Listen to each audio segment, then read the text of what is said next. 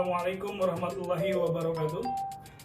Anak-anak, hari ini kita akan belajar materi yang sangat menarik yang berhubungan dengan penampilan di atas panggung. Ya, hari ini kita akan belajar mengenai drama. Mari kita mulai.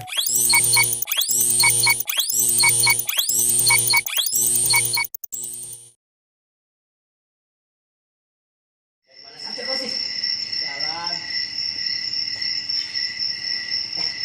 Gimana sih gue pengen sanjol nih? Jalan mencari angin. Malam udah begini mencari angin. Dari cuplikan video tadi, kita mengetahui bahwa drama itu bukan hanya sekedar teori. Dibutuhkan juga keterampilan-keterampilan yang lainnya, terutama dalam hal gerakan, gesture. Nah, oleh karena itu, ada beberapa hal yang akan kita ketahui hari ini mengenai materi kita tentang drama. Setidaknya ada 4 hal yang ingin saya sampaikan pada kesempatan kali ini. Yang pertama adalah definisi dari drama, yang kedua adalah unsur-unsur dari drama, yang ketiga adalah struktur drama, dan yang keempat adalah kaidah kebahasaannya. Mari kita mulai saja dengan yang pertama adalah definisi.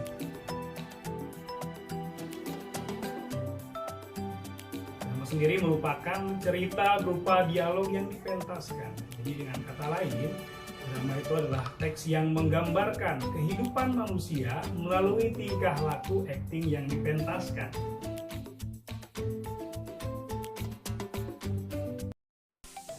Yang kedua, kita akan lanjut ke hal yang kedua, yaitu adalah unsur drama. Unsur drama ini adalah hal-hal yang ada dalam drama tersebut. Ada dua, ada unsur intrinsik dan unsur ekstrinsik. Unsur intrinsik itu diantaranya ada tema dan judul, kemudian tokoh dan perwatakan, dialog, kemudian alur atau plot, setting, dan yang terakhir adalah amanah.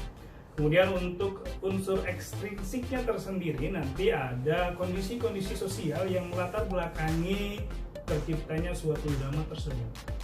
Kita akan langsung menuju ke unsur intrinsik. Unsur intrinsik yang pertama dalam sebuah drama adalah tema dan judul. Tema dan judul ini tidak dapat dipisahkan sebetulnya. Kenapa? Karena tema sendiri mempunyai pengertian suatu hal atau keadaan yang mendasari dibuatnya suatu karya. Kemudian judul itu adalah turunannya yang lebih spesifik. Contohnya seperti ini. Biasanya tema itu memiliki ciri terdiri satu atau dua kata saja, sedangkan untuk judul lebih banyak, biasanya seperti itu. Contohnya, kita ambil tema wabah atau kesehatan. Wabah satu kata, kesehatan satu kata. Maka turunannya berupa judul bisa kita buat seperti judulnya Corona di Desa Misterius, atau judul yang lainnya bisa buat juga Kota Tanpa Napas. Sedangkan untuk unsur intrinsik yang kedua dalam sebuah drama adalah tokoh dan perwatakan. Tokoh sendiri adalah pemain atau pelaku drama. Biasanya dalam tokoh itu ada yang namanya tokoh utama dan tokoh pembantu. Selanjutnya, apa itu perwatakan? Perwatakan adalah turunan dari tokoh itu sendiri, yang artinya perwatakan itu adalah sifat dan sikap si tokoh tersebut yang muncul dalam sebuah drama.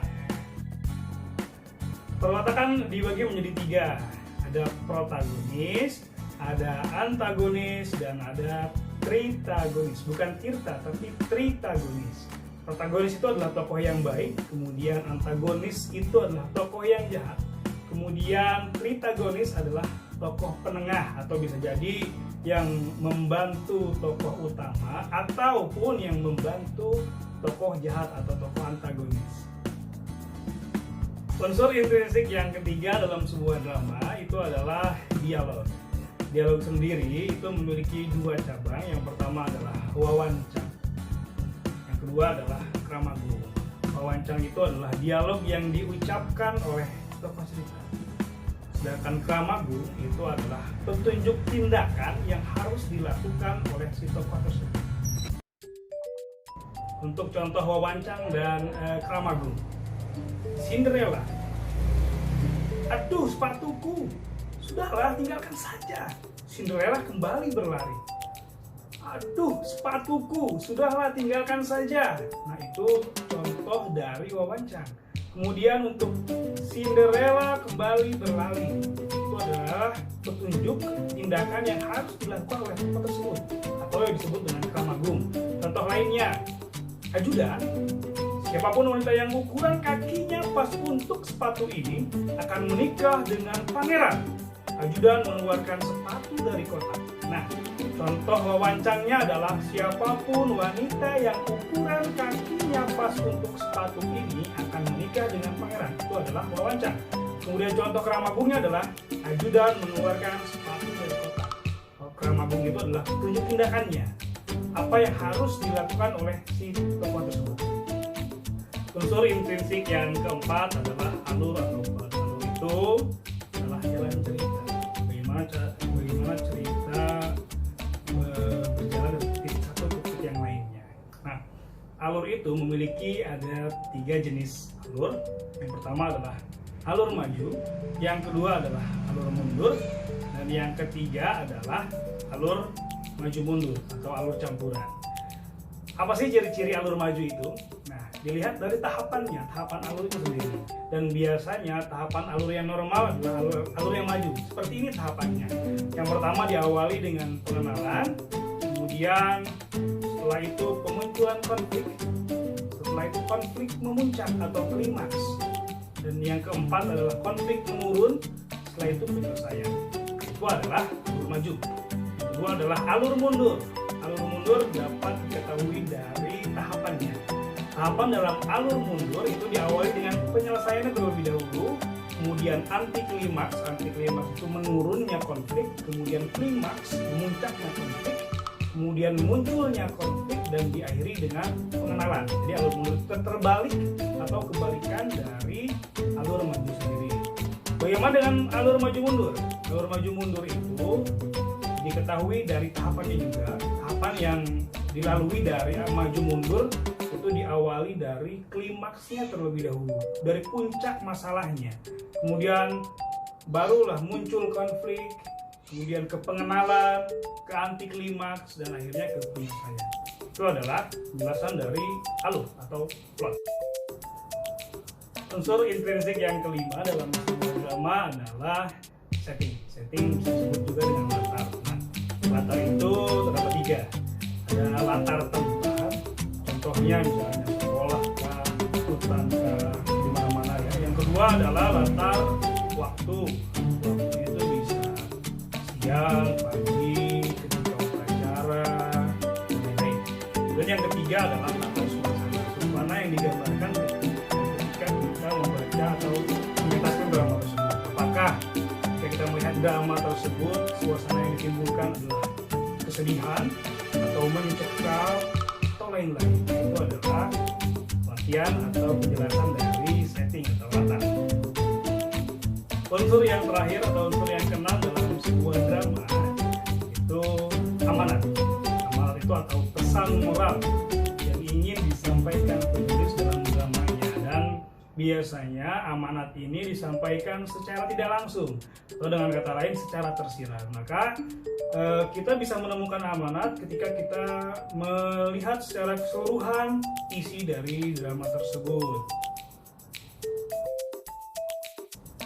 Tadi kita sudah mendengarkan penjelasan dari unsur intrinsik atau unsur dalam dari sebuah drama. Nah, unsur selanjutnya yang ada dalam sebuah karya drama atau karya drama ini, yang kedua adalah unsur ekstrinsik, unsur luarnya, unsur luar dari drama. Maksudnya apa?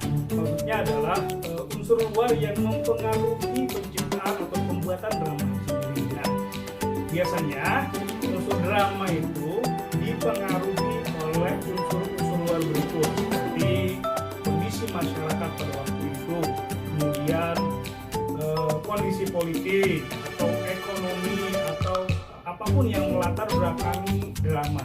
Misalnya seperti ini, tiba-tiba ada sebuah drama yang berkaitan dengan kesehatan, misalnya tentang virus corona atau COVID-19. Nah, ketika kita telusuri ini latar belakangnya adalah ada di akhir tahun 2019 atau di awal 2020. Maka kita dapat ketahui bahwa drama ini diciptakan pada tahun 2020.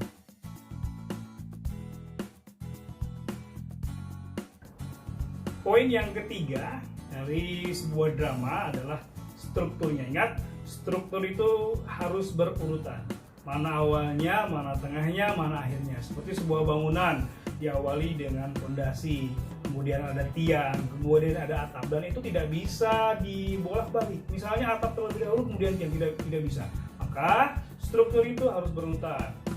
Nah, struktur teks drama kalau saya temukan di buku Grafindo yang digunakan di pembelajaran di sekolah Al-Azhar atau di sekolah saya, itu terdiri dari judul, anotasi, kemudian dialog, kemudian juga pembagian babak atau adegan. Tapi di buku yang lainnya atau sumber-sumber yang lainnya dan lebih umum digunakan adalah 3 hal ini. Strukturnya 3 hal ini. Yang pertama adalah prolog, yang kedua adalah dialog, dan yang ketiga adalah epilog. Jadi yang akan kita gunakan adalah versi yang lebih umum. Yang pertama adalah prolog, yang kedua adalah dialog, dan yang ketiga adalah epilog. Prolog itu adalah bagian awal, pengantar awal. Kemudian dialog itu ya bagian percakapan antara tokoh-tokohnya, dialog-dialognya. Kemudian yang terakhir diakhiri dengan epilog atau bagian penutup, bagian kata-kata pengantar penutup.